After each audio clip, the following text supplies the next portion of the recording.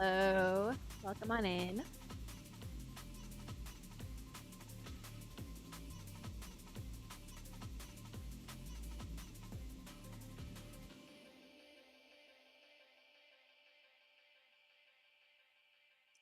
Um, you should all be able to type in the chat. Um, just a note that you may need a change where it says to everyone from hosts and panelists.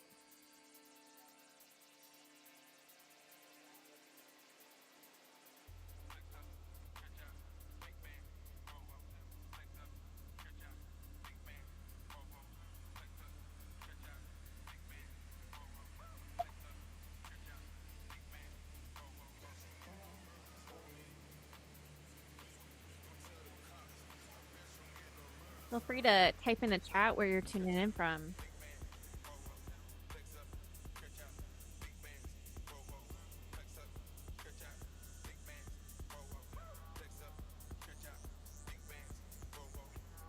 Nice, Long Beach.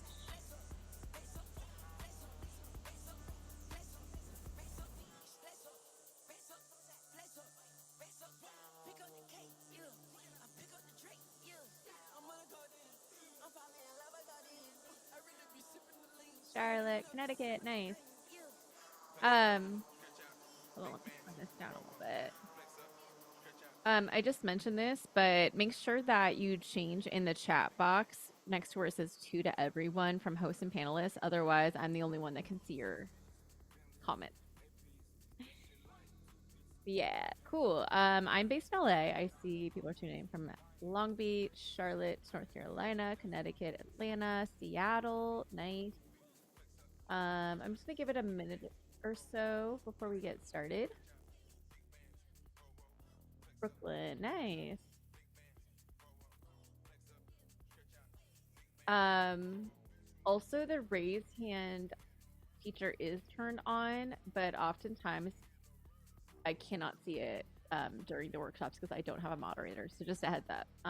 Oh, it was a mistake. Okay. I feel like in most cases it is a mistake. Yeah. So actually, let me ask this to the chat. Is there anyone here who is tuning in for the first time into a FemHouse workshop?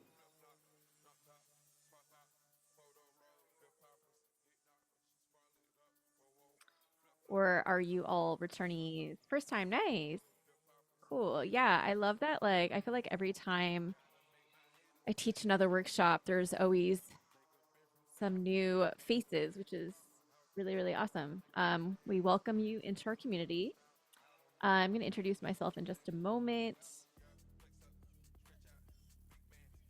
Oh, nice. You did it in person in Arizona. Yeah. Is there anyone in the chat who's actually gone to an in-person workshop, house workshop?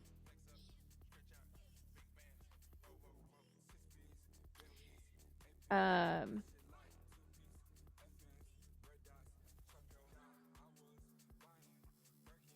just gonna turn this down just a little bit more, fade it out. Cool. I am probably going to go ahead and jump in and introduce myself and get started. Um, yeah, we're going to make this a little quick and snappy today because I've been in professor mode since the beginning of January, teaching at two different universities. So I'm not going to lie, I'm a bit tired right now. So we're going to try to condense a lot of today's topics and information into a nice punchy little segment here. But yeah, welcome to those of you who are tuning in for the first time. And yeah, for those of you who are returning, welcome back. My name is Lauren. My artist name is Minnie Bear, and I am the Chief Education Officer. What is it even called? I think it's CEO, but Chief Education of something over at FemHouse. And basically, what that means is I curate and program all of the music production related workshops and online courses. For those of you who are not familiar with FemHouse, we're a nonprofit organization whose basically main goal is to make the the music industry a bit more equitable when it comes to gender diversity, particularly in the fields of like technical areas of music, such as music production. We just launched some DJing programming, I want to say like a year or two ago. But yeah, we offer free monthly workshops. We offer two online courses a year. So far, at least the past few years, at least one of those courses have been free, which I think is pretty awesome.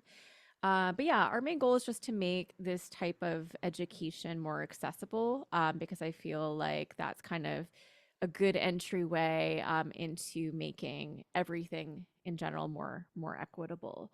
So, but yeah, the way that I usually approach teaching is kind of from the perspective of potentially like not knowing anything at all. So yeah, anyhow, with that being said, we probably have a mix of skill levels in the chat, which I personally always love. So actually, yeah, if you want to type in the chat, if you consider yourself a beginner, a producer, a intermediate level producer, an expert.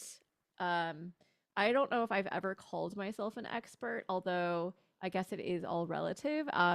Mainly because like I do find myself, at this point because I've been teaching for so long, I'm definitely am knowledgeable, but I just always feel like there's more to learn. Um, but yeah, and let me actually screen share here so we can pull up today's topic slideshow. Total beginner, nice. Have all the ideas in your head, can't wrap your head around producing them. Beginner, beginner. Okay. And by the way, we are recording this workshop right now. So these days, I'm not sure how they send it out or when they send it out, but it is being recorded and I am just letting you know that information. Okay. So let me go ahead and screen share here. And let me make sure I have access to the chat. Cool. So beginner, producer, intermediate, and engineer. Oh, very, very cool.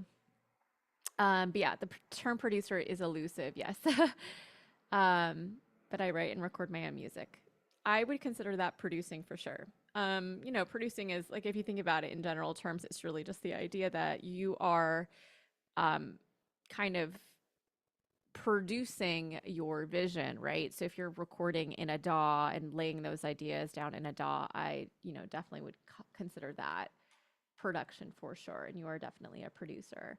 So today's topic is a little, I don't know if esoteric is the right word, but it is a little bit technical, but mostly not, which is why I created this slide show here. By the way, can everyone see this slideshow? You should be able to. Just so that you're not just staring at my face while I'm talking, on Zoom. But yeah, so today we're going to be focusing predominantly on music production for songwriters. So let's see how many of you are in the chat here. 20 of you so far. How many of you consider yourself songwriters? And if you don't consider yourself a songwriter, you can also type that in the chat. I kind of just like want to gauge who we have here today, so that I can I have like some sort of a outline laid out here, but a lot of times what I like to do is kind of freewheel it. I kind of just like put together some ideas and then we can kind of just like create our own adventure. I love freewheeling. Yes. Songwriter, DJ, learning to produce. Nice. Cool. I love the DJ to production trajectory. I actually went the other way. I started out as a producer and then became a DJ. Songwriter, love writing songs. Great. Okay. So one thing that I would love to, I'm sure at this point you've probably read the description of the workshop, which was kind of semi-general, but is there anything in particular that you wanted to gain from this workshop today, or anything in particular that you wanted to learn in regards to music production and songwriting? Um, just to let you know, just to kind of share with you right now, this workshop is generally going to be focused on how we can use the DAW and production to kind of express our ideas, our songwriting ideas. And some of these concepts I'm going to be talking about is not necessarily production, so to speak. So, for example, we'll be touching on like theory a little bit and arranging, but it will illustrate how you can kind of like put those ideas down in a DAW. And the DAW I'm going to be using today, demoing with, is Ableton. Okay, licensing and clearing samples. I will say I can maybe answer questions at the end, but that is something like super specific that we kind of actually touched in our like we had a whole remixing course last year where we touched on those particular things. So my recommendation is if you have specific questions about that, I would maybe leave them towards the end with the kind of the caveat that I am not an attorney or a music business manager. So I can tell you, kind of share what knowledge I have in regards to that. But I think today we're going to stick more to the topics of like songwriting and production. Um, yeah, let's see what you've got here. I don't think yet think I'm a producer or songwriter, or at least I've never made a song before. I played music for 18 years before my trajectory changed for 10 years. Now I'm circling back into music. I've been DJing and now I'm moving back into music production. Cool. And that's okay if you're not at any stage yet. You're in the right place. Making songs sound more full is one thing that interests me with production. Yeah, filling it out. Great. Okay. So that's, I think, something we can tie into like arranging. How do you like to structure your songs? Okay. Excellent question. So we're definitely gonna focus on arranging a lot because I feel like honestly a lot of songwriting has to do with how you arrange those ideas. So why don't we jump into it? Um, okay, so first things first, and I think this is like a good place to start, especially if you're like brand new to all of this. Um, Songwriting inspiration. I feel like no matter, it doesn't really matter like what level you're at. I feel like one of the most common problems that I hear about in regards to songwriting and producing is getting stuck and experiencing, I guess, like writer's block, so to speak. So yeah, and we'll talk about sound design as well and just like sound selection.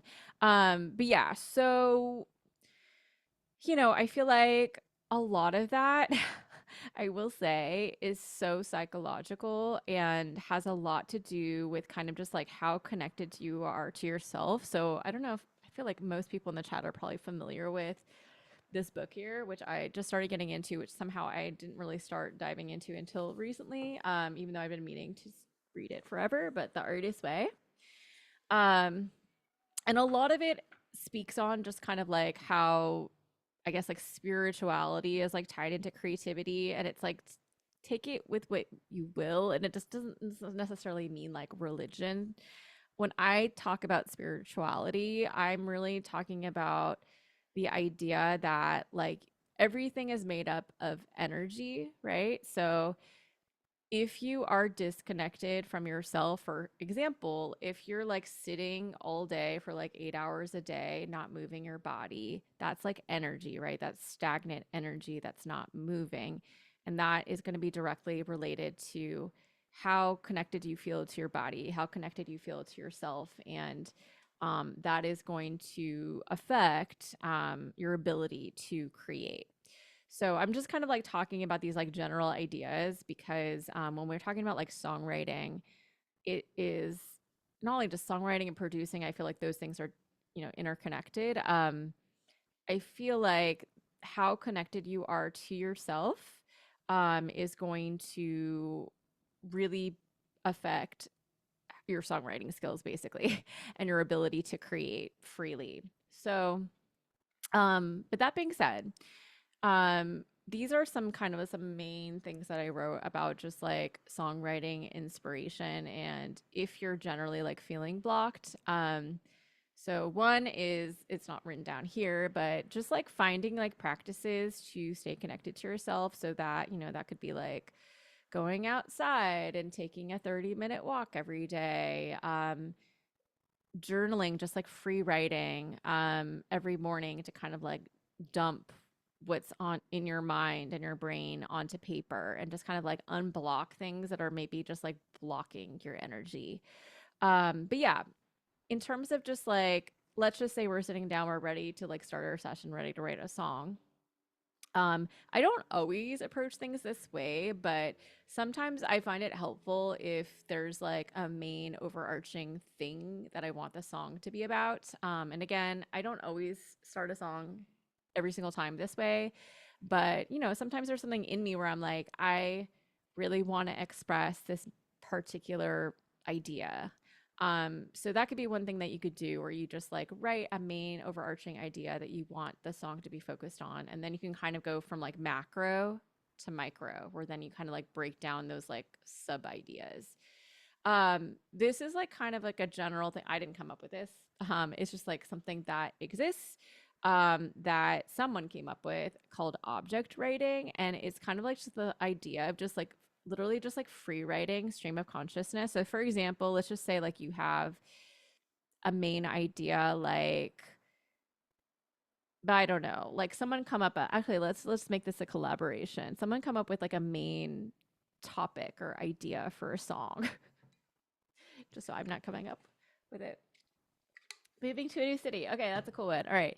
So moving to a new city. So if we were just like free writing on that, just like stream of consciousness, at that point you can then maybe like write down like really specific things that relate to the main concept that is like kind of like visceral and creates like a very specific visual that connects you to your senses. And your senses, right? What is that like? What you can see, what you can feel, what you can smell, what you can hear. So maybe that's just like, I don't know. I live in Echo Park in Los Angeles. That could be me like walking around like Echo Park Lake and like hearing like the geese squawk. Or like smelling the elote that the vendors are like selling or something like that. I don't know. Someone like write some examples based on that, like in the chat, like moving to a new city and then just like creating some like really visceral, like very specific. Yeah, elote is really good. Yeah, the way that the elote like tastes in your mouth, like the like cheese like melting in my mouth or something like that. And then, be off of that, you can kind of just like then create maybe like use words that are like a bit more poetic or something like that. But that's kind of like the idea of object writing. It's like where it's just like rather than just like writing about like really generic things that kind of don't like create a visual in your mind when you're reading the words or hearing the words, it allows you to kind of just like be able to easily visualize like what's going on. So yeah, sense bound imagery. I am a big fan of this, not only with songwriting, but production in general. It's just like not overcomplicating things and just like keeping it simple. Um, Most of the time I would say if I'm spending so much time on something and it's just like seems really hard and I'm just like spending so much time on it, that's usually actually a sign to me that I'm probably overcomplicating things. Um, Write consistently, produce consistently. I think that the more you do it, the easier it becomes. And there will be hard days where things just like feel like more difficult than other days, but if you're doing it consistently, it will feel easier versus like if you sit down to produce and write and then like sit down at your computer again like a month later, it's just going to feel harder because it's not going to feel natural. It's literally a practice. Big fan of recording everything.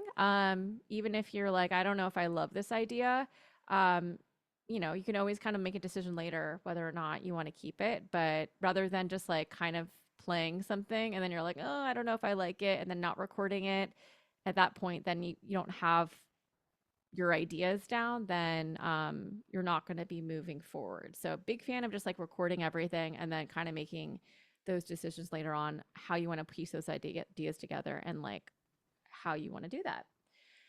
Speaking of which, let's talk about arranging. So, I'm not going to go super in depth in regards to song section types because we actually had an arranging workshop last year, but to kind of just like generally talk about song section types because can't really talk about ranging if we don't have an understanding of what song section types there are.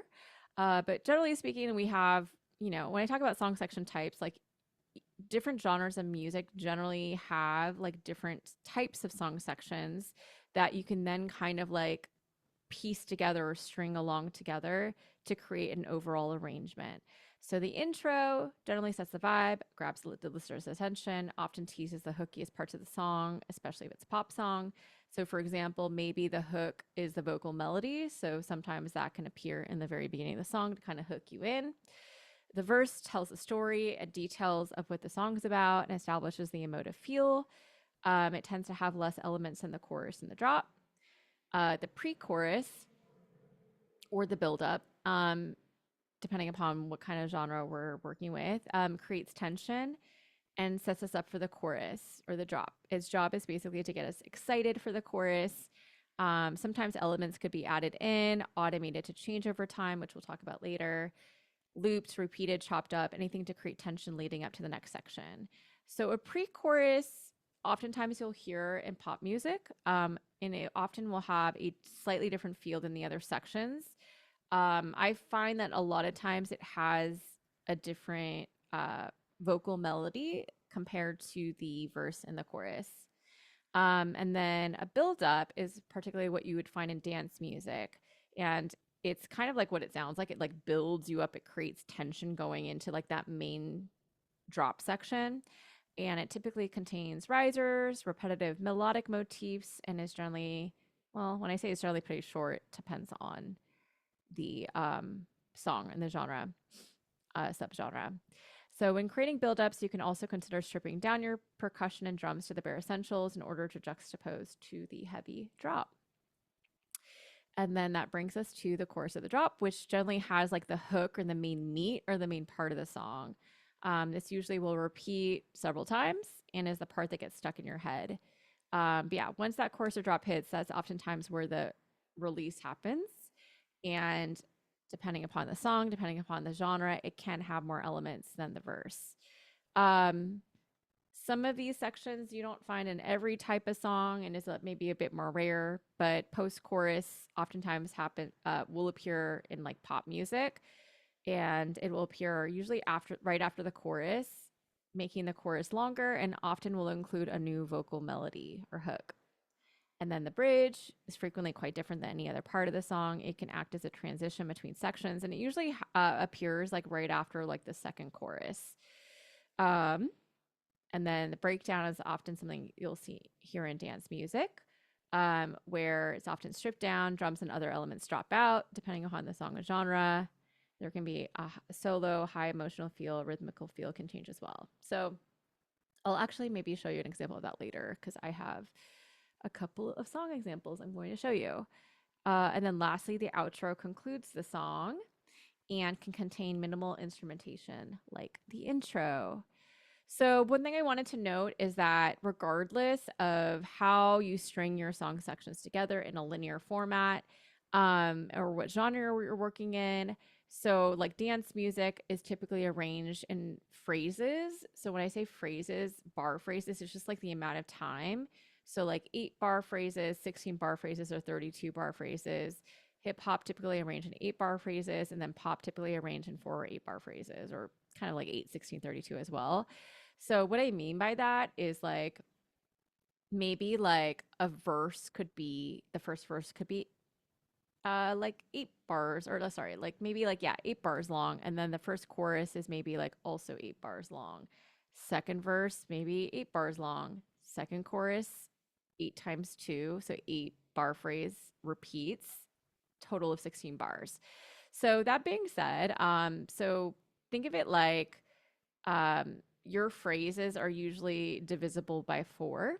So 32 divided by, you know, if we do 32 divided by 8, sorry, 16 rather, or 2, we get 16, right? 16 divided by 2, we get 8, and then 8 divided by 2, we get 4, right? So, so it's divisible by 4.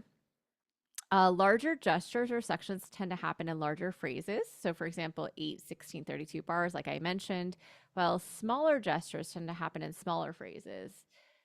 So for example, like maybe a smaller thing happens within a 4-bar phrase, like maybe a slight rhythmic hi-hat change, which I'll show you an example of in just a moment. Um, so one thing I'm going to actually show you right now is if you're trying to figure out how to arrange a song, if that's something that that you feel like you struggle with, or even if you don't and you want to say like you just like need guidance of maybe how to arrange a song in a genre that you're not familiar with, I strongly recommend using what's called a reference track. So, the idea of a reference track is basically the idea that you can take a pre existing song, drag in the WAV file onto an audio track, and basically use that to mark the arrangement. So, in Ableton Live, if I go up here right under these bar numbers here, I can basically, let's just say at like bar 9, a new section begins in this song of this reference track I'm using. I can basically go up here where this speaker icon is, right click, and then add what's called a locator. So add locator, and maybe this is like where the verse starts, or maybe it's where like the kick drops out or something like that. And so basically what this does is this visually shows you what's happening throughout the arrangement of this reference track. It also gives you the ability to double click on a locator to play back from that section. Right. And then, I can move these, drag these locators around if I want to. I can click on it, right click, delete if I don't want it there. But yeah, I find that using reference tracks can be really, really helpful because it kind of just like helps you to break down a pre-existing song structure. And then you can just use it as a guideline to create your arrangement. So that being said, so like this song example here, I used because I wanted to create in this very specific genre. So like over here is the intro.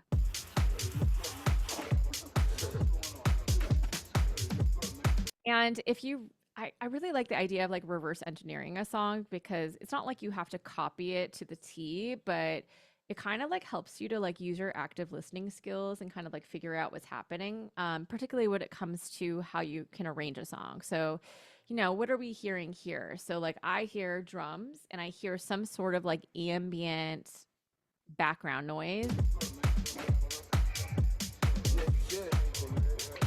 Like someone's talking, right? So then what I could do is like, again, I don't have to create the same thing, but maybe I could just like also have like a kick and I think there's like some other percussion happening. And by the way, I can't hear what you're hearing right now. So if the audio is not loud enough, let me know. Or if it's too loud, you can also let me know.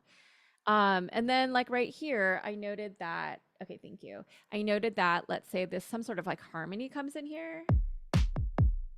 It's the wrong track here. Let's do this one.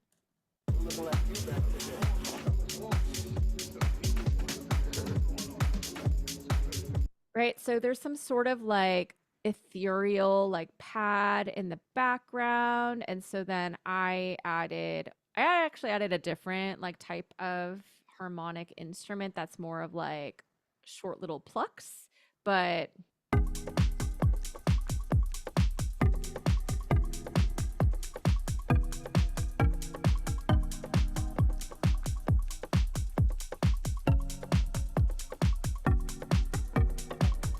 okay, so different type of synth that's a little bit pluckier versus like sustained and ethereal, but the idea is still the same in terms of the arrangement where I'm like, okay, there's only drums with like a kick and then some sort of harmonic instrument that comes in at this section. So I'm kind of just like doing the same thing.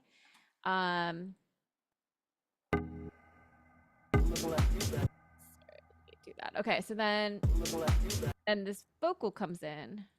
My soul is fading. We got it all wrong. This world managed to teach us how to sing our song, and my soul is fading.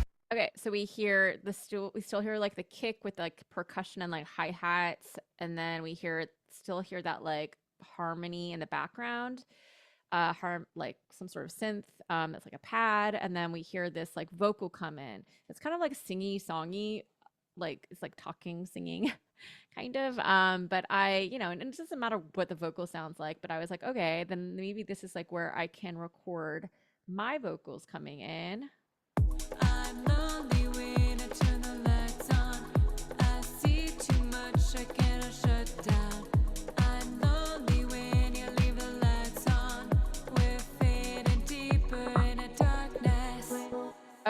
So then there's that. And then what's happening here in this reference track at bar 26.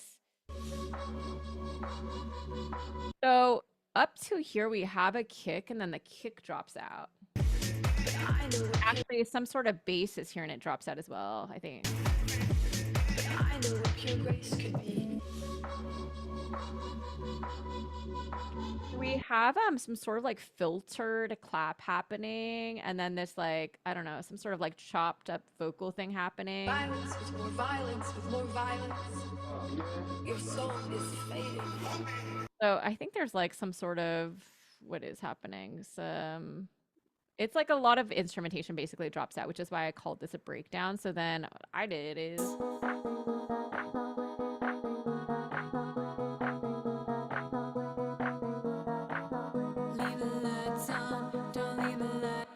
again, I added some sort of like, I mean, this is like a cool little arp like thing that I found. So by the way, I added what's called an arpeggiator to this instrument, but it's like, let me see if I can solo this actually. It is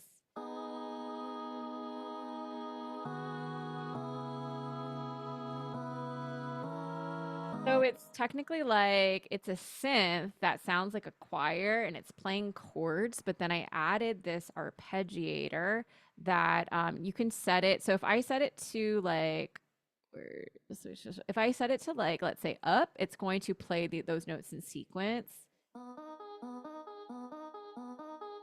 But I love turning on a chord trigger because it basically will play the chord, but it plays it at, I think it's like right now it's set at a rate of eighth notes. Right? That's how I can kind of get that like choppy sound. And then I have my vocals coming in at down here. Sorry, the light is like coming in right now. This is always the weirdest time to teach a workshop. Okay, so I have my vocals coming in here, right? Oops, right here. Leave the lights on, don't leave the lights on. So again, it's all math, right? So if I have, let's say 1, 2, 3, 4 bars of just that like cool, choppy, arpeggiated vocal, and then after 4 bars, my vocal comes in. So it's just like you're structuring things in like bars of 4. Longer things can maybe happen and like longer phrases like 8 bars, 16 bars, 32 bars, and so on. And then so then there's that breakdown, and here's the reference track doing this build up here. I'm lonely when Ugh. Let me do that. There we go. My soul is fading. My soul is fading. We got it all wrong. This world managed to teach us how to sing our song, and my soul is fading. But I know what pure grace could be. Right. So again, I'm just like kind of like saying this is actually really helpful too for like breakdowns and buildups. If you're, especially when you're getting into dance music and you're like, how do I make it super effective? Just like use your ears and hear what's happening. So I can kind of hear this like filtering thing that's happening, which we'll talk about automation in a moment. But like basically I could hear like if we just like solo the drums here.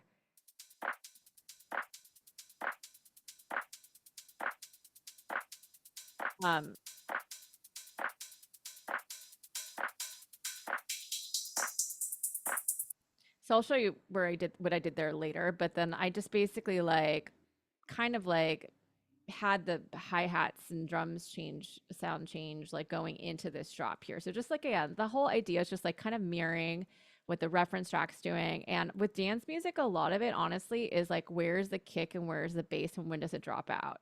So technically you can just like mark up here, kick drops out, kick comes back, and then kind of just like mirror it there. Are all of these Ableton sounds? No. So, I mean, this is like I'm using a drum rack here, which is using, I think I loaded it up with a bunch of just like samples that I liked, which we'll talk about in a moment. And then a lot of these are honestly like Serum synths, VST. Yeah, most of these are actually like Serum. This one though is a Ableton Live 12 stock instrument called Meld. with like a bunch of effects on it. So yeah, we'll break down sound design a little bit later. But yeah, I'm not gonna go through the whole arrangement, but that's kind of like the idea, if that makes sense. Where you're just like um using a reference track to kind of like mark the arrangement. And then some arranging tips here. I think for me, what typically works best is like creating the main larger sections first. So, for example, like an 8-bar chorus, and then basically just like duplicating those sections, duplicating those clips. And then you can kind of just like either remove elements from those sections or just like add elements and kind of like create variation. So, for example, so like I could demonstrate this in arrangement view, but I kind of just wanted to show you since we are demoing with Ableton Live right now, the way that I like to use session view is I'll just like basically create a bunch of like different like instrument tracks. Um, and then, let's just say using that as an example where I maybe have like this main like 4-bar drum pattern here with like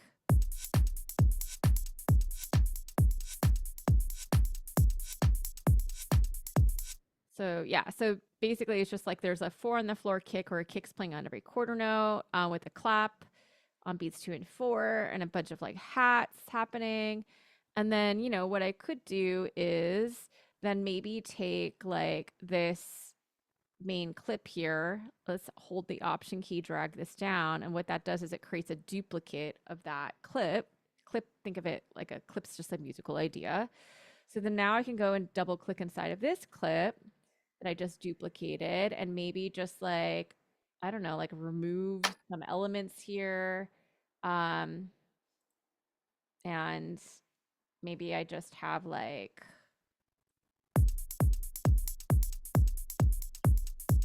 so this is my original clip.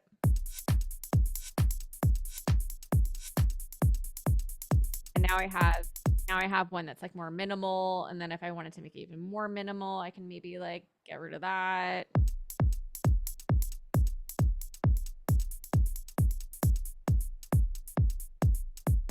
Or maybe you can add like a different percussive thing happening.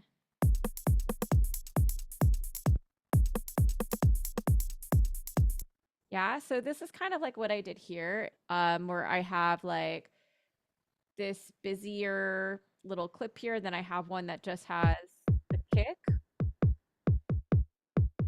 and actually has a really specific kick pattern, and then I have one with a kick and snare, and I have one with the open hat.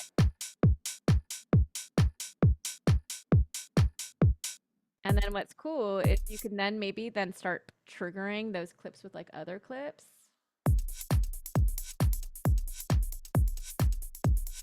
So this is a audio loop here. So it's like a 4-bar. Let's just solo this by itself right now. Oh, sorry. I'll explain this later, but it has automation in the arrangement view, so we can't really hear it. But it's basically like hats. It's like a hi-hat loop essentially. And then like maybe I want to hear what it sounds like with this bass line that I have here. And then maybe with this bass, this other bass. And then finally with these chords.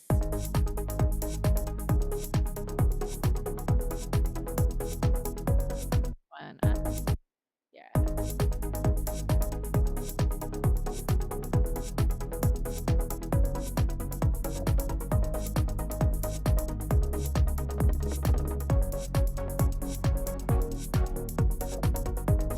Cool. So, I mean, that to me, when I kind of played those ideas together, was like, okay, cool. That sounds like a song section to me. So then, what I could do is like in session view, after I clicked on those clips to launch them, I can then go to create, capture, and insert scene, place them all on the same scene, and then maybe like so a scene, by the way, in Ableton Live is just think of it like a song section for our purposes here that we're talking about. Actually, I don't know if I did it. Create, capture, and insert. Oh, didn't mean to do that. clicked on the wrong thing. Okay, create, capture, insert scene. That's weirdly not doing what it's supposed to be doing. Okay. So the idea is, let me try that again. Create. Okay. Oh, I see what's happening. Okay. So basically the idea is that it will place all of the clips that you just triggered onto the same scene. Actually still not doing it. I'm not sure why. There we go. So that, like, let's just say I can right click here, rename this as like chorus or drop or whatever. And now this is like a scene that I have or a song section. And for the sake of time, I'm not going to do all of this, but like what you would do is you would basically like take your clips and kind of like organize them together onto the same scene. And then, you know, you could then, like, let's say I can right click here, name this like the intro, and kind of just like organize your scenes into like general song sections. And then you would then record. And again, I'm not going to show you this, how to do this specifically right now, because this is not an Ableton Live workshop technically, but we have a course for that, by the way. But then you would just basically record those scenes into the arrangement view and then finish the song here. Do you have to highlight each clip you wanted before clicking create? No, what you would do is you would select the clips. You would basically click on the play buttons to launch the clips that you want to put in the same scene. So let it,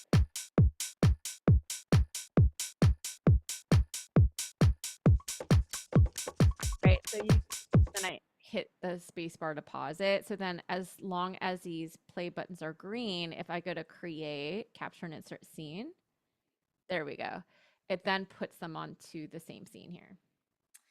So that's how you would do that. And then technically I can just then, I'll just show you really quickly. I can click here to play this scene. And then if I wanted to record it, say at like bar 1, I just click here and then click on this record button.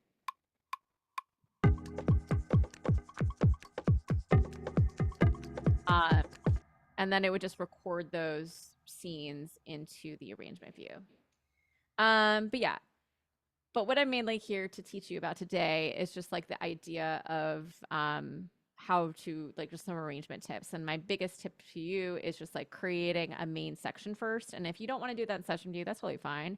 You would just like in arrangement view, just basically like create your clips here and just like create your main sections.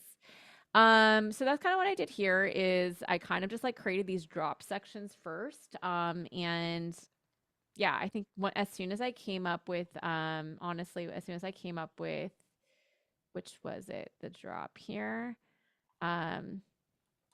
these chords here, that kind of like wrote the song for me. And that was really helpful. Yeah, and then when I say like, after you create the main large sections, you can then add variations and duplicated clips and essentially add, remove elements, add variation, etc. So what I mean by that is like, I don't know, if we compare like the drop to the, like think of this as like a B section. So maybe like the A section here, like where I guess where like the vocal is. Okay, first of all, there's like a kind of just like this vocal phrase that's only in these sections. But if we like see what the drums are doing, first it is here. It's just like, honestly, it's like not that different. I mean, what I did is I basically added an open hat here. And it, you know, you could literally just like take this, you know, this drum clip here, Command C, click over here, Command V, and then add, you know, like a hi-hat or like other percussion to kind of like flesh it out. Someone had a question of like, how do I kind of flesh out my arrangement and make it sound bigger? So if you're like wanting, like, let's say like your choruses or your bigger sections, your drop sections to sound bigger, like have like the sections previous to that be smaller and have less elements, right? So yeah, and then I have like these like audio, like these shaker loops here that I only have in these sections. But yeah, if we compare what's happening in the vocal and the drop, It's really just like there's more percussive stuff happening in these drops. Um, and actually, the bass makes a huge difference because I actually don't have any bass in these sections prior. I think the first bass that comes in is in this build up section. Let's do that.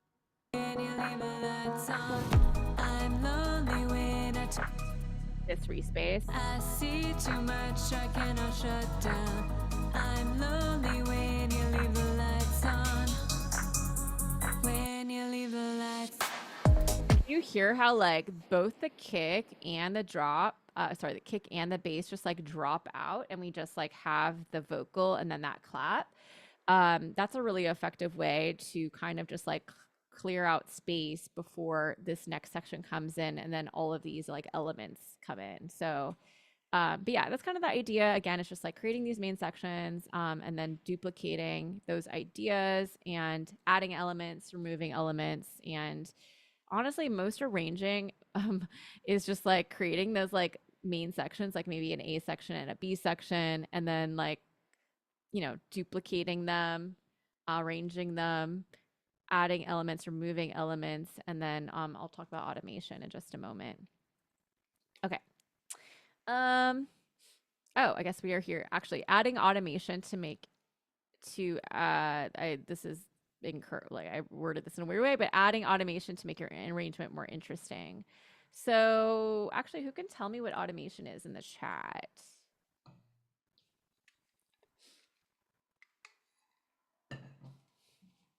Anyone? I'll give you a hint. So we kind of heard it right before this drop here. When you leave the lights on. When you leave the lights. Is it like adding a riser? So it depends on what you're doing in the DAW to create that riser. So automation is really just the idea of like changing something over time, a parameter. You're like automating it to do something. So for example, do you hear like this like filtering thing that's happening right now? I'm lonely when you leave the lights. Like right before the drop, like right there. When you leave the lights on. Let me solo the drums here.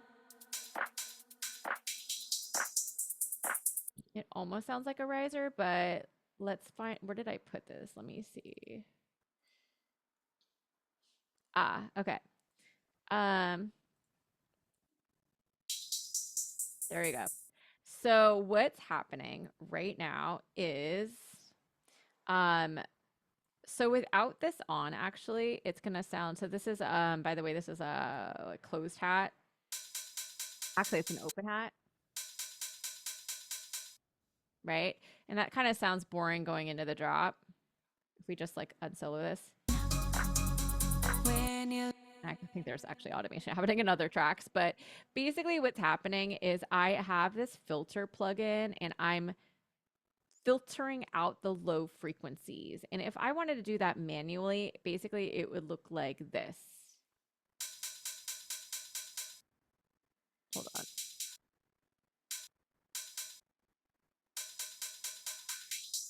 So basically, it would be me manually moving this knob right here. And again, what I'm doing is I'm just like filtering out these low frequencies and creating this effect. But rather than me doing this manually, I can basically tell Ableton Live to do that. And the way that I can do that is by, if I wanted to record this in, first of all, I usually like to make sure that both of these buttons are turned on. This button here allows you to record automation. And then this button basically makes sure that you don't record over the MIDI that's here. So if I click here, I can then just basically like,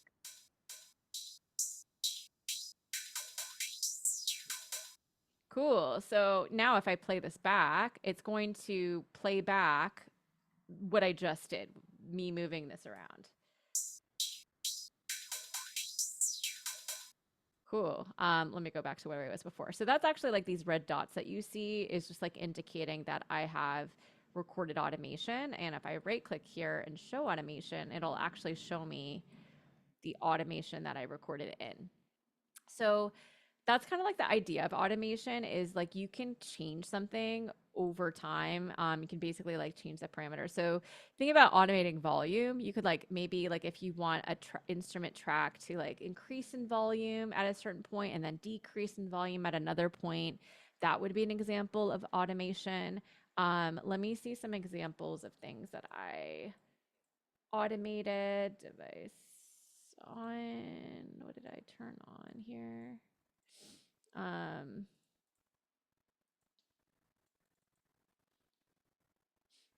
oh, auto filter. Okay. So there we go.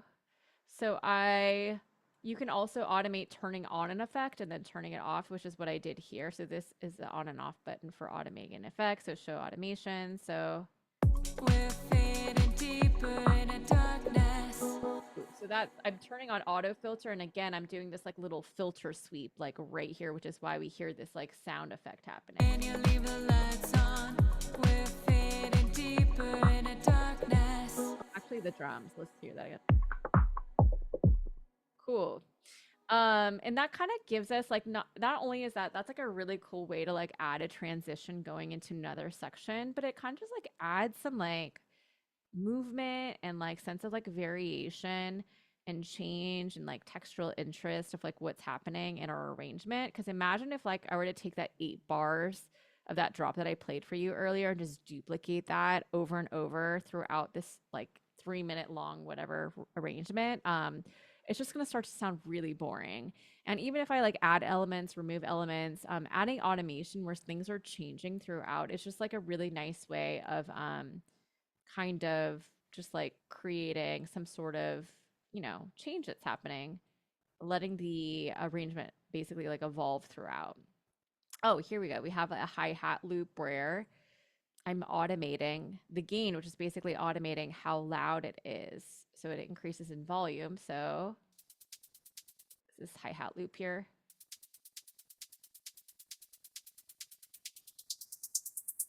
And I'm also automating this like little filter sweep here. So again, it's a way to kind of like create a transition and add some variation throughout. Another example would be like, here, I'll just show you here. If you wanted to like, if you had like a synth where it's like an 8 bar phrase repeating over and over again, you could maybe like, I don't know, create some sort of automation with like the synth. And actually, you know what? I am doing that here where this is not really a sound design workshop, but I'm basically automating what's called the LFO rate, which is like why we hear that like cool stuttering thing that's happening with this synth.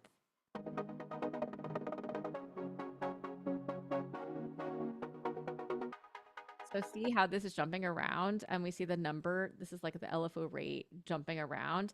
And again, you don't really need to understand the specifics of what's happening, but more like it's more important to understand like the general idea of what's happening and that I'm like changing a parameter within the synth and it's like evolving the sound throughout. It's like kind of like helping to like create like a cool creative choice. It's creating this like cool creative choice and it's like letting that sound evolve over time.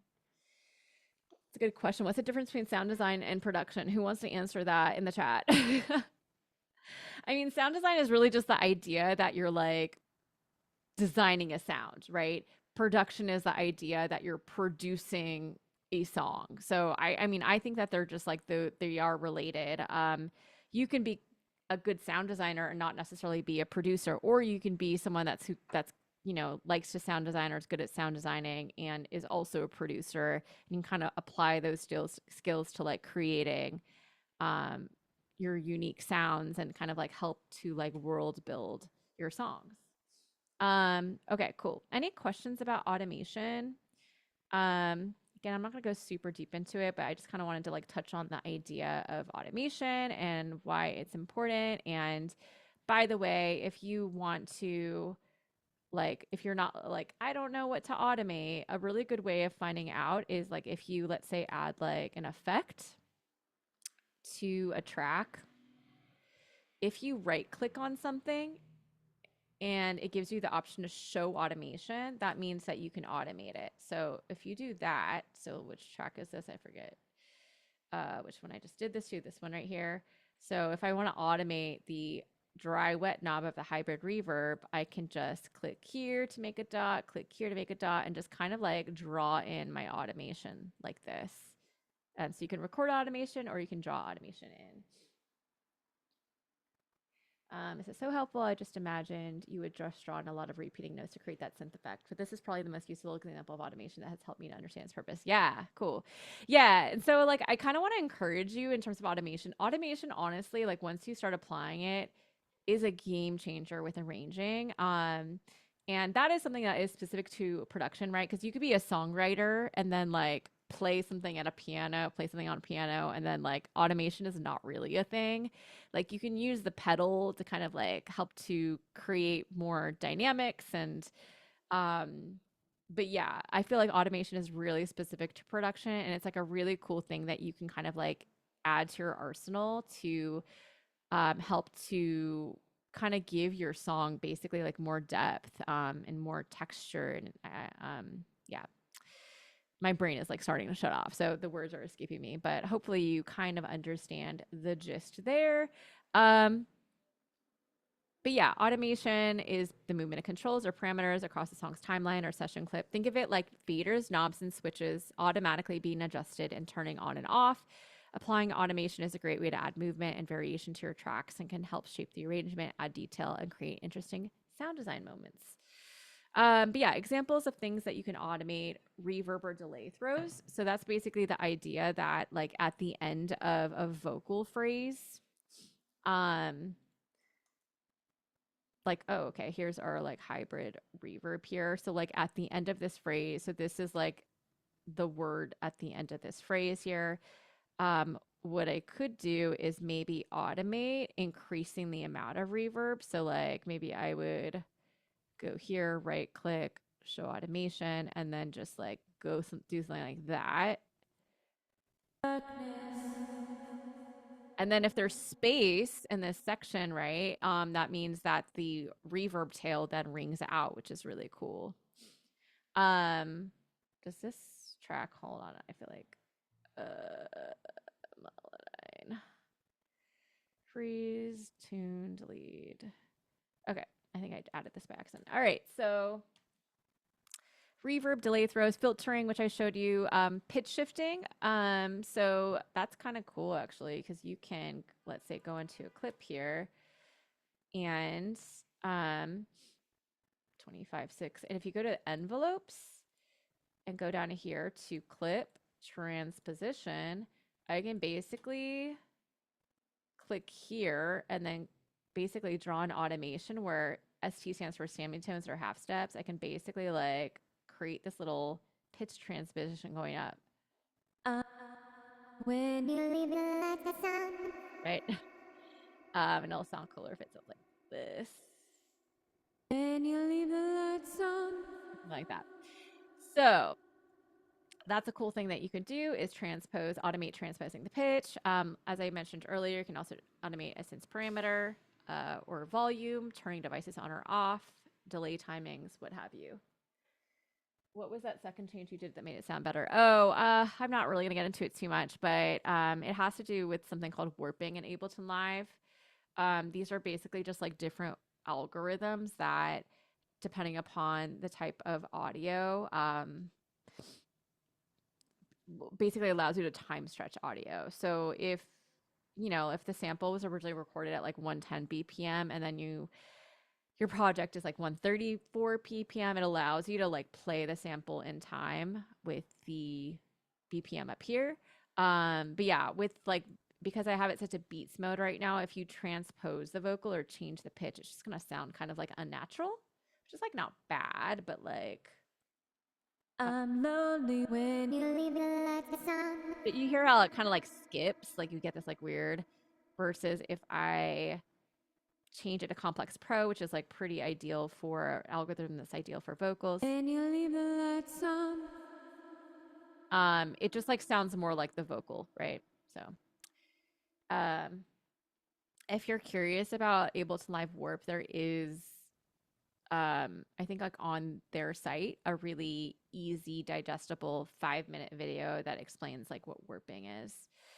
Okay, cool. So let's talk a little bit about theory, because I feel like, you know, songwriting is very directly related to theory, in regards to how you can express emotions, feelings, ideas.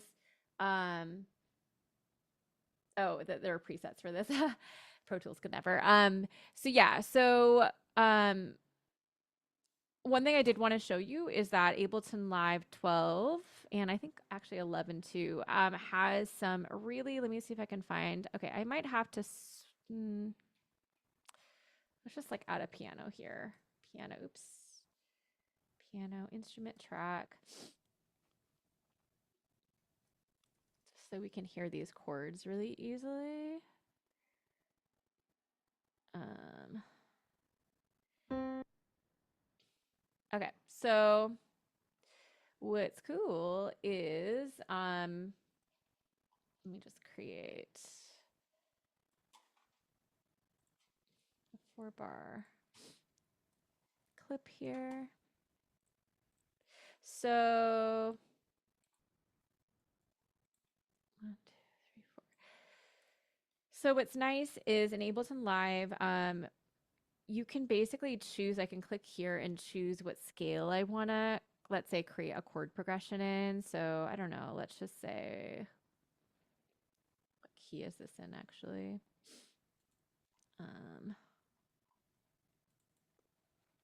A flat minor. Okay. So I can choose A flat, a minor. And what's neat is then I can click on scale and it will only show me the notes within that scale. That's helpful because if I was like, by the way, if I know it's A flat minor, not G sharp minor, I can right click and then choose my root note here. So root note meaning you know, the key that we're in. So A flat. And then, I could then just like create my chords here.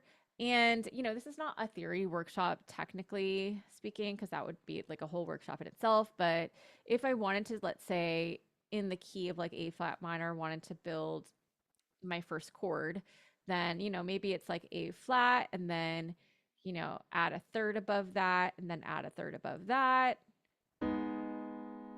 Cool. But if we want to maybe add some pizzazz, we can maybe add what are called like sevenths or ninths to add flavor, maybe some tension and release. So what do I mean by that? So um, if I were to, let's say, add another third above E flat. So when I say third, I just mean like in this key, we could see the notes that we have available: A flat, B flat, C flat. So this is literally 1, 2, 3, a third above A flat. So if we go another third here, we have a G flat. And that's pretty nice. And, what if I now go, let's say, or a ninth would be me taking, instead of the 7, going another third up.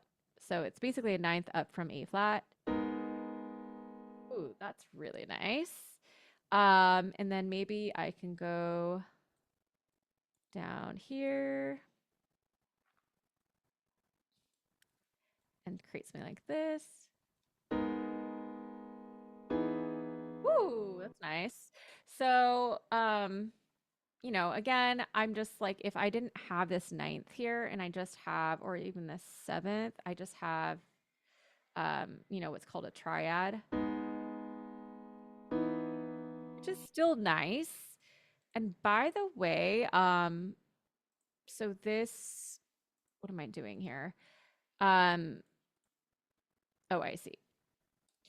A, C, E. So if I got rid of this A here, and that's kind of like an option too, but what I'm really doing here is like creating these main triad chords and then maybe adding like a 7th or a ninth and creating what are called like inversions, meaning that if, let's say, I have, what do I have here? A, C, E, F. So F, A, C, E. So think of it like this, where if I have, let's say, an F, A flat, C flat chord. So what is that? That's just like a triad. Cool. And then I can maybe add a seventh on top of that. Ooh, that's super nice. Kind of jazzes it up a little bit. But then maybe what I can do is I can start inverting these notes so that basically, like if I take this A flat and take it an octave up, so I'm gonna hold down the shift key, uh, hold down the up arrow or press the up arrow. That will take it an octave up.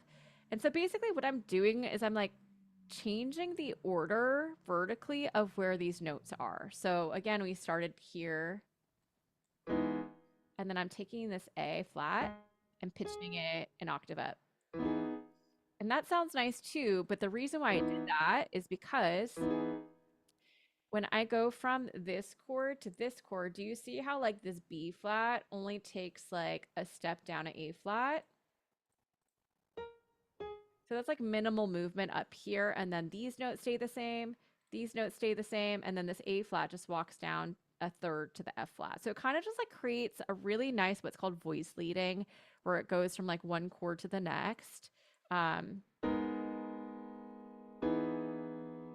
Cool. So just showing you this, and this is like only a two-part chord progression right now, for the sake of time. But I just wanted to show you those like tips there in terms of just like when you're songwriting, in general. I feel like kind of flipping your inversions, and choosing like a really nice voice leading where your chords are not like jumping from like, I guess what example would be like if I were to be like, uh brought the C like all the way up here and maybe like did something like this. Just like actually like not bad, but I just like kind of like to play around with my inversions to hear how that colors the chord progressions and uh what it sounds like in terms of just like creating like tension release going from like one chord to the next. But yeah, my main point is like adding sevens and nines kind of like helps to create like really nice um coloring, and the progression that I added um, here, actually, you know what we could do is keep that piano just so you can hear the actual chord progression without the synth itself. Sounds like this.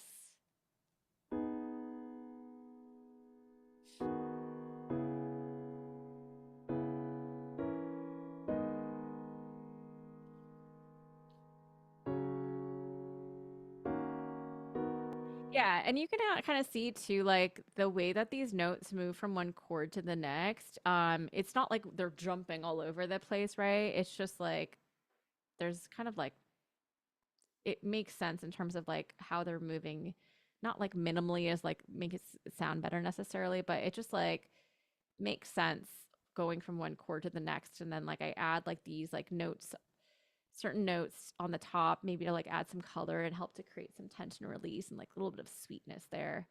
um cool. So yeah, and using inversions to smooth out progressions and create different colors. um Yeah, and then also, actually, let me link this in the chat. But if you are newer to creating drum beats and patterns, this is a really useful resource on Splice. And if you're just watching the recording, it's basically just Google Splice how to make drum patterns. Um, and it's really cool because it's a video that shows you how to make drum patterns in different genres. But then there's also a link to download the MIDI files that you can then just like drag into Ableton Live onto a MIDI track, which is really neat. But yeah, generally speaking, I like to play with rhythm. So, you know, if one instrument is playing on the downbeats, then have like another instrument, like the chords, play like a more syncopated beat. So, like,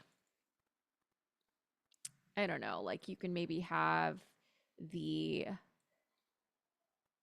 if like the kick comes in on beat one, maybe have like the chords jump in on the and beat of like beat one, you know, like let me see if there's like a kick up here.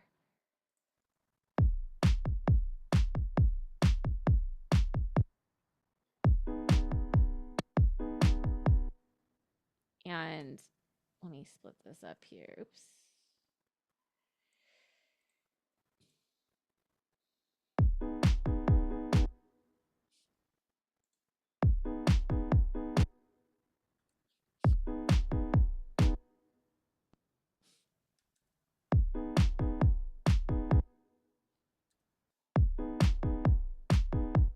Right? Something like that, where it's like if you have like these drums here,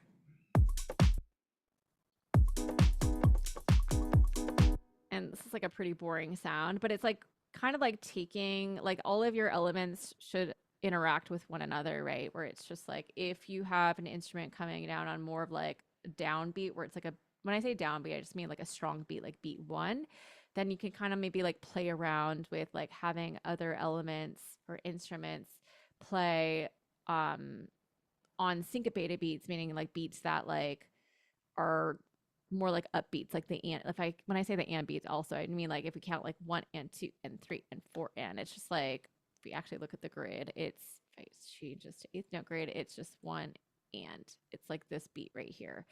So why is that important? Imagine it's just like if I have everything coming on beat one or on the predictable downbeats,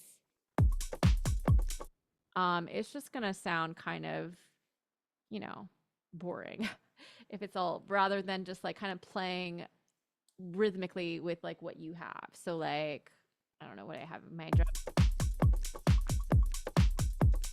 I don't know. And that's kind of like what I did with the chords here. Not so much with what the chords were playing, but that like little automated LFO thing that I have going on here where I automated is it not this pad here? No, it's these oh god.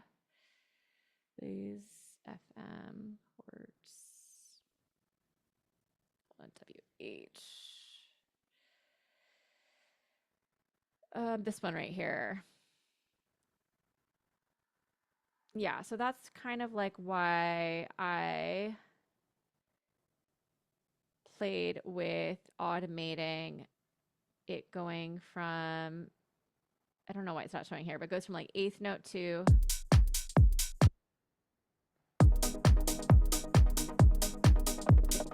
fourth note, third note, to one, two. Yeah, so it's just kind of like playing rhythmically with like what's happening with the percussion. Cool. So yeah, any questions about anything I just went over actually? We're going to talk about timbre and emotion. So, ooh, I think someone asked about this earlier. Choosing like the right sounds and like sound design. I feel like this is probably like one of the most important things you can do when you're especially when you're first starting a song. So, and that's one of the really cool things about producing is it gives you the ability to let me turn this light here. To express what you want to express. Like, you know, when you've written a song, it's just like how you can use sounds to express those particular ideas. And actually, that's going to link to what I'm going to talk about later, which, oh, where did that slide go? Actually, oh, prosody, which I just missed. And what is prosody? So in music, it's the way that the songwriter sets the text of a vocal composition in the assignment of syllables to notes in the melody to which the text is sung, or to set the music with regards to the ambiance of the lyrics. So it's basically how you set the lyrics to the music rhythmically and melodically. And the way that in which you can do it can be super influential in how you express what you're trying to say. Has anyone actually heard of this concept before? Any songwriters in the chat? Oh, I just saw there's a Q&A here. Will you receive a link to the recording after class? I think so. I'm not the one that sends it out, but I'm pretty sure. Yes. Oh, of course. Yeah, for sure. So, no. Okay. So, yeah, but basically, it's like an example would be like, I feel like honestly, with like writing vocal phrases, the trick of it is like is like kind of figuring out rhythmically how to set the words and the syllables to the music. And that's kind of like once you've like dialed that in, honestly, like obviously the melody is super important, but a lot of it I would say is like rhythmically how you set the words. Um, so I don't know. And what's cool is like you can kind of like what's a good example? Like Whitney Houston, I want to dance with somebody. You know, the emphasis is put on the syllable body, even though that's not how the word is actually said, right? When it's like not sung. So, but it kind of like creates like this emphasis. And if we were to take a step further, we can use music production, I would say, like to express the song's thematic content and or a lyrical idea. So for example, if the word is wet, then you could add a sample or sound that literally sounds wet. So like, let me see if I have like droplet, droplet all. Okay, there we go. Yeah. So I don't know if you're like have a lyric that is about like water or something like that. What you could do is then like maybe somewhere in the song, like right where you say like sing that particular word, you can maybe add this like little droplet sample. And then we can take it a step further and then maybe go into audio effects and give it some vibe with maybe some reverb and put it in like a space. And actually, let's choose hybrid reverb because it's cooler. And maybe, let's see, there's like a thing called real places. Maybe have like a big cave shimmer.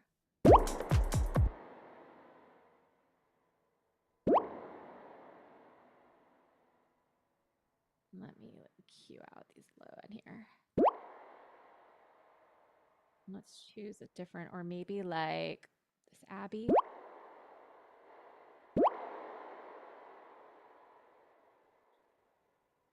Or let's try a hall.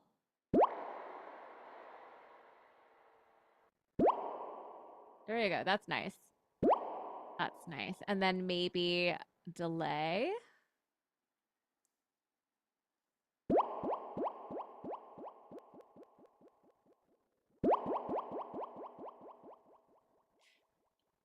It's like little cool. So yeah, that's kind of the idea of just like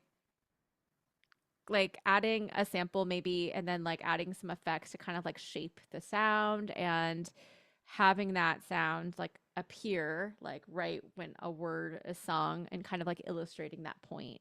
So yeah, so that's kind of the idea there is like you can kind of just like use sounds to illustrate like a feeling or an idea.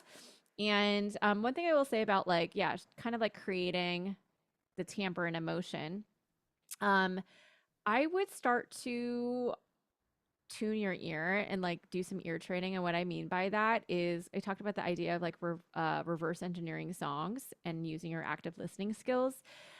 The more that you do that and the more that you like really closely listen to what's happening in a song and then listening to the synths that are in the song, listening to the samples that you hear, you're going to start to become better, more adept at like being able to identify different types of sounds. And that is actually going to help you become better at choosing the right sounds. And so a lot of it honestly is like choosing the right samples. So like I don't know, for this track here, I have like a drum rack that I put together these particular samples.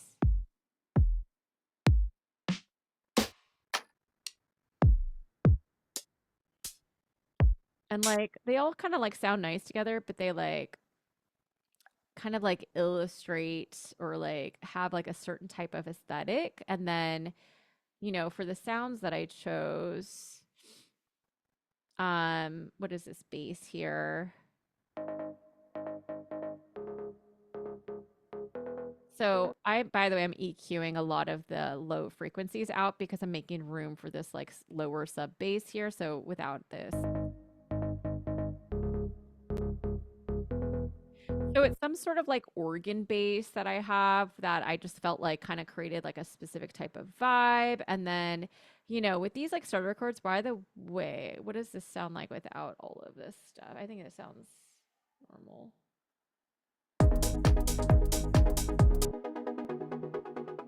Cool. So I think that this is just like this is this particular like preset that I found that it's like a stutter type synth that I really liked. And then you know you can add effects to kind of like help shape the sound, but I feel like it kind of like had the particular type of sound that I liked. And one thing that I could suggest to you is I find that Splice is a really cool platform because it has like a bunch of samples that you can basically like download from like a certain genre. So if you want to like, I don't know, create a trance song or like a very specific type of genre, that's like kind of like a quick and easy way to find sounds that will like automatically help to create the vibe that you're going for.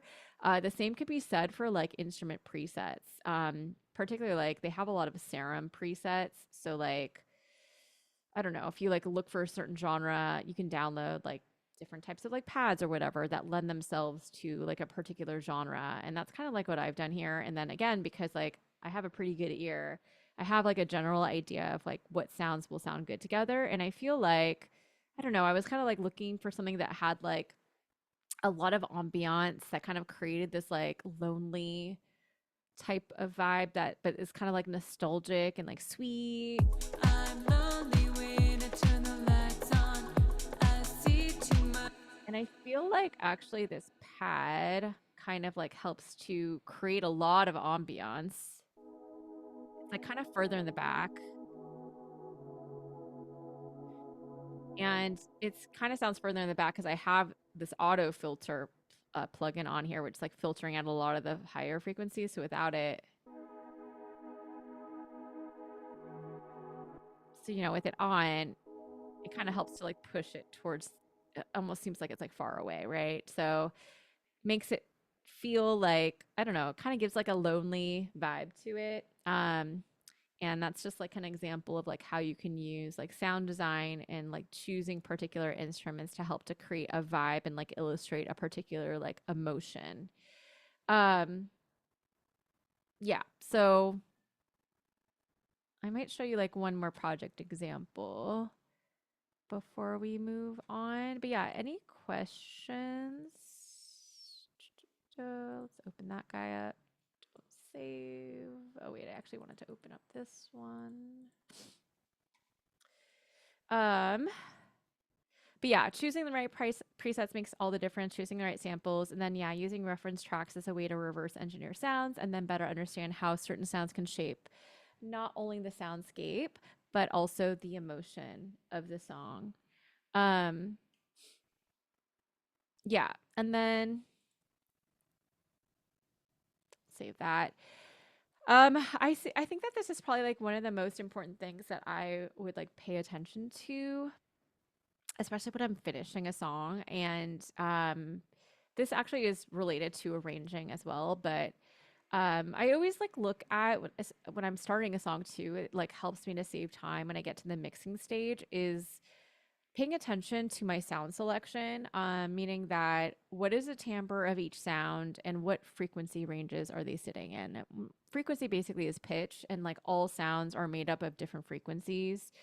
So an example would be like if you choose a sound that like five different sounds, five different instruments, and all kind of sound like really brassy, and they're all sitting in kind of like the same place, especially in the same octave, it's going to be really hard to separate those sounds with your ear. So what I like to do is kind of just like intentionally like find sounds that like from the get-go just kind of like sound like they sit in different places. So like I don't know, what do we have here? So I have this bass.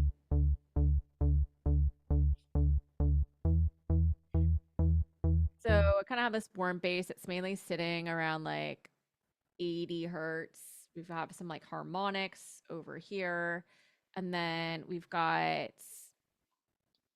we'll go back to like the kick later, but then I've got this like trans gate here.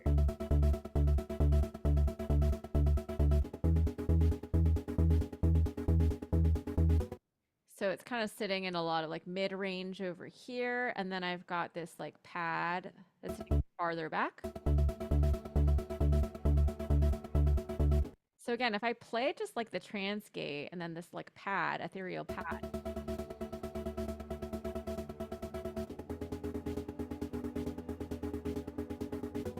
I haven't really done a lot of EQing yet because this is like a newer song. But again, the timbres, which is timbre is just the characteristic of the sound, they're all different. Like imagine if I had chosen a second instrument that sounded similar to this one, it would just be hard to like separate those sounds with your ear. Um, you know, and then that's just like kind of like a good way I think to approach producing and songwriting is just like being very intentional about like the timbres of the sounds that you're choosing. Um And that's going to make like a huge difference when it comes to the mixing stage. But yeah, what do all of your sounds sound like together, combined together? They should each represent different parts of the frequency spectrum. If you have two sounds that are similar sounding, or it may sound muddy, and you may need to EQ each sound so that they sit well with one another. One way of eliminating the need to do so much EQing is by intentionally selecting instruments and sounds that sit in different parts of the frequency spectrum and that have different timbres. Um, cool. I would love to talk about spend a moment on the relationship between drums and bass because I feel like that is always a struggle. But since I was mentioning the idea that I like to pay attention to where my frequencies are sitting for each instrument. So basically what we're seeing at right now, if this the loudest peak that we have, this mountain here is representing the frequency that's present, and the when it goes up and down like this is referring to volume. So this loudest peak here, high peak, is referring to the fact that the note that this bass is playing initially is at like 70 hertz. And then these are all the harmonics that are present that kind of make up its timbre. And now if I go to, let's say, like the kick, um, let's see, where is kick? There we go. So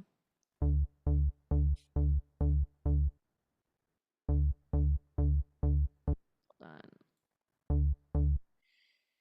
The kick is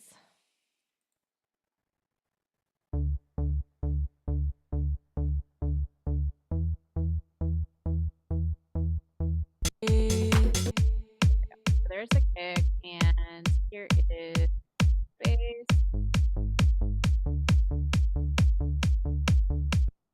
So, the kick is sitting at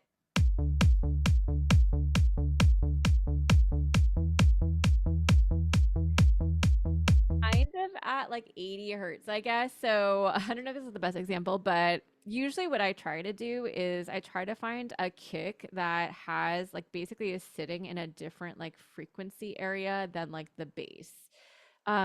The reason behind that is if like both sounds are sitting in like the exact same spot, like you can kind of EQ things to kind of get them to balance with one another, but you're gonna it's going to be a struggle basically getting them to sit with one another if they're basically like sitting like right here in the same exact place. So I typically try to like find separation. But I think I kept it because if like you can like use your ears, like you can still hear like the kick and the bass. And then what I could do then is like maybe then um we're not talking about EQing much in like this workshop right here, but if I could be like, all right, well, if the bass is sitting at like 70 hertz, then what I could do is like maybe lower the volume here so that I could carve out space for that kick, right?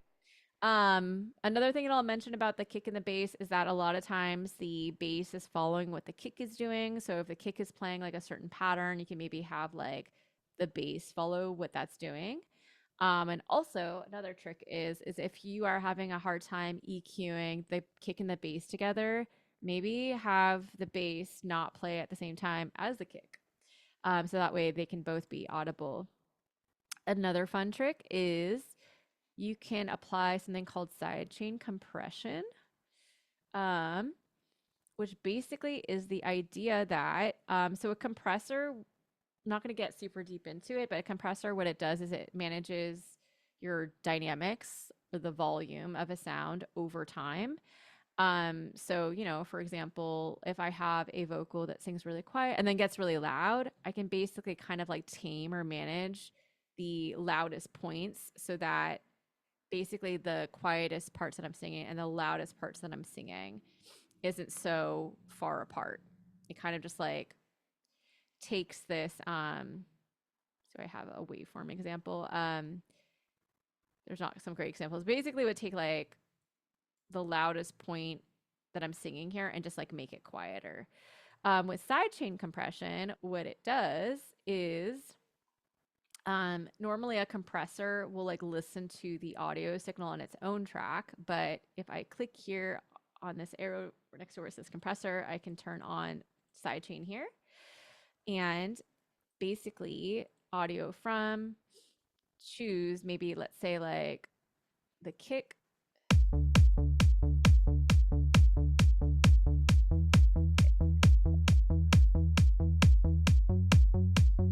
you go. I can choose the kick and then basically have the volume of this kick lower every time the kick is present. So what's happening right now is this compressor is listening to the kick's volume on that track. And so every time the kick's volume goes above like this threshold here, it's going to lower the volume of this bass. Make this really obvious by lowering this a lot. Without it.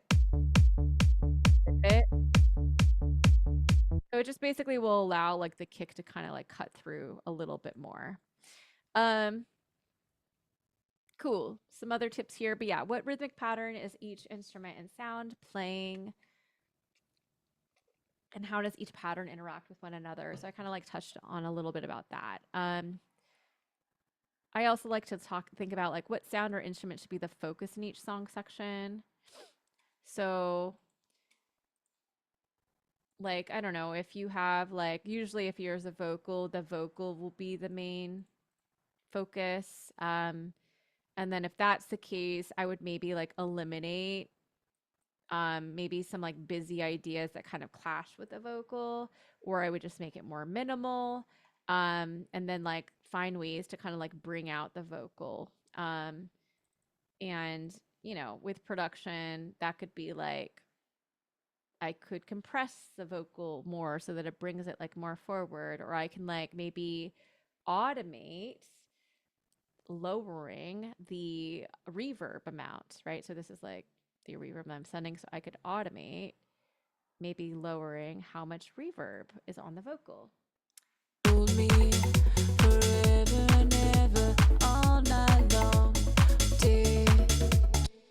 Yeah, so because there's like less things happening in the verse, I actually have more reverb on it so that the reverb tail kind of like rings out. Cool. Yeah, but I always like to approach arranging like which instrument or which sound should be the focus in each song section and kind of just like build everything around that. I'm a big fan of the art of subtraction and just using negative space. So like you don't have to fill in all the space, right? And oftentimes what I'll do is go through section by section when I'm editing my arrangement and maybe just like selecting a clip, pressing 0 to mute it, and just playing back that section to hear if it sounds better without it. And I kind of just like going through and seeing like what things I can eliminate and just like making sure that every single element serves a function.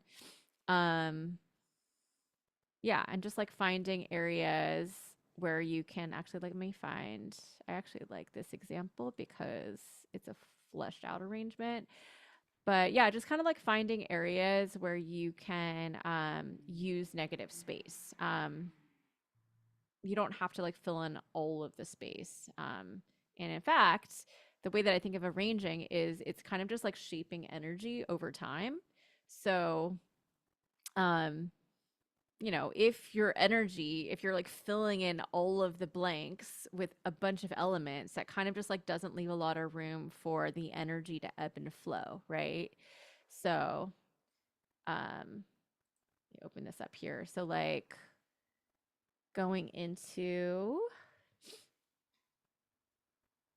like the breakdowns and the drop, right? So I go from like this section. We're fading deeper in a dark. So loud. Oh, I forgot to add utility here so it's not so loud.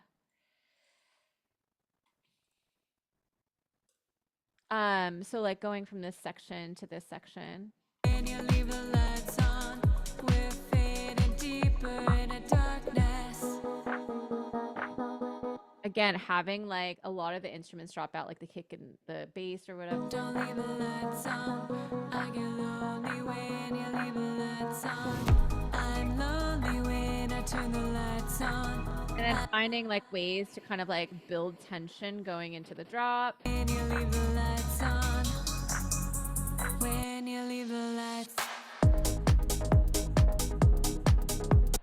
So someone I think asked before, like, how do you like what was it like build out um like make things sound fuller?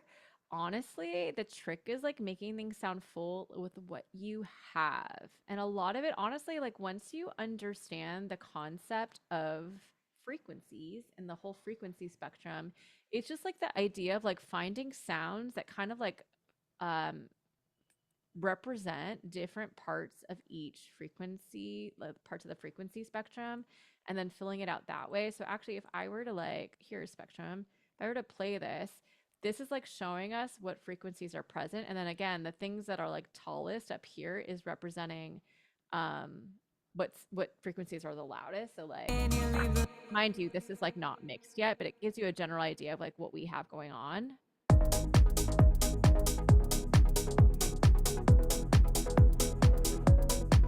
So it's probably telling me that actually the low end is probably like way too loud because it's all the way up here. But we can see that there's like a lot of stuff represented, like the mid range, and then like the highs are represented over here.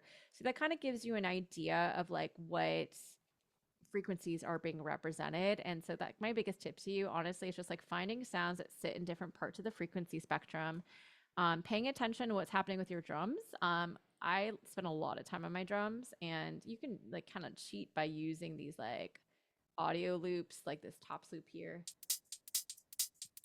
And then I combined it with this MIDI clip here.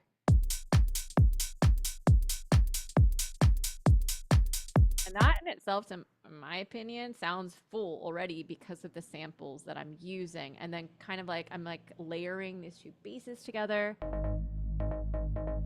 Kind of takes up like a very specific part of the frequency spectrum and then layering it, you know, with the vocals and then like that vibey, you know, stutter pluck that we heard earlier, stutter chords rather. So, but yeah, so, but yeah, one efficient workflow when it comes to arranging is to add as many ideas as possible and then just peel back, remove any ideas that are too busy and don't work with other elements, is my other hot tip around arranging. But I think that's a lot of talking, to be honest, for the hour and a half, hour and a half, especially since I taught a lot this week. So does anyone have any questions? It's been very quiet chat. Um, anything that I've gone over or like just general questions that you have? This was the most helpful. Okay, good. Sometimes it's hard to tell because people are so quiet sometimes on Zoom. Is Ableton my preferred DAW for production? It is these days. I used to use Logic. It's been a minute since I've used it, but I love Ableton. I love the stock plugins and presets. I think are great. And I really like it for workflow. Because yeah, I kind of like to not. I like being able to like create ideas in a non-linear format first, and then kind of piece those ideas together later. But yeah. How do you recommend learning the technicalities of Ableton as a total beginner? I open it, it looks like a spaceship, which is totally fair. um, yeah, we have a course that you can sign up for. So actually, we just did one um, last year, which you can basically take. It's not live right now, obviously, but it is all about Ableton Live 12. Um, highly recommend that. I think that we're gonna do another one that's almost like part two of that in like June or so, which will basically almost be like the same thing, but then just like maybe go over things that we didn't have time to go over in the last course, and maybe some like bonus things for people that are like now more semi-familiar with Ableton Live 12. But for beginners, I would recommend, you know, taking this course. Um, I feel like I keep repeating myself, but wow, everything you cover has helped to grasp something so much better. Great. Yeah, it does look complicated, but honestly, like the more that you use it, and then if you like go through this course, honestly, it does become easier to kind of grasp. I was really intimidated when I first started using it because it's also like so different than like I would say like a DAW like Logic, which is like way more linear. So, but yeah, you'll start to grasp those concepts, though. I promise you. How do I navigate so many instruments tracks? That's a great question. When I'm screen sharing, it's annoying because Zoom controls get in the way. But one of my biggest actually hot keyboard shortcut tips is WH. W basically will condense the tracks, make them less wide, and then H stands for height. It will collapse them. And then also, my other tip is if I select all, Command A, I can type U, and then that will like collapse all of the track headers. So that's like another way. So WHU allows me to see everything at once, which is cool. And then also just like organizing your tracks is helpful. You can color code them, right click, color code, and then you can also group tracks together. So I can click on this, hold down shift key, click on, let's say that, command G to group them. And maybe now these are my effects and maybe color code these. And then I can click on this to now hide those tracks. So that makes it easier too. But yeah, thank you everybody. I appreciate you all. I appreciate all your questions. We have like a bunch of new stuff coming up. New sessions, I should say. There's a dance music and activism workshop with Giella and her Mix a Lot, February 28th. If you're going to South by, apparently there's something happening there. Miami Music Week, which, oh man, I really want to go to that actually. How can we make that happen? The next workshop I'm teaching is a sound design one. If you want to get into sound design, March 28th. And then creating a live set, vocals workflow, DJ workshops in June. Cool. But yeah, thank you all so much. And I hope you have a great weekend. And I will see you all soon. Bye, everybody. Thank you. Have a great weekend.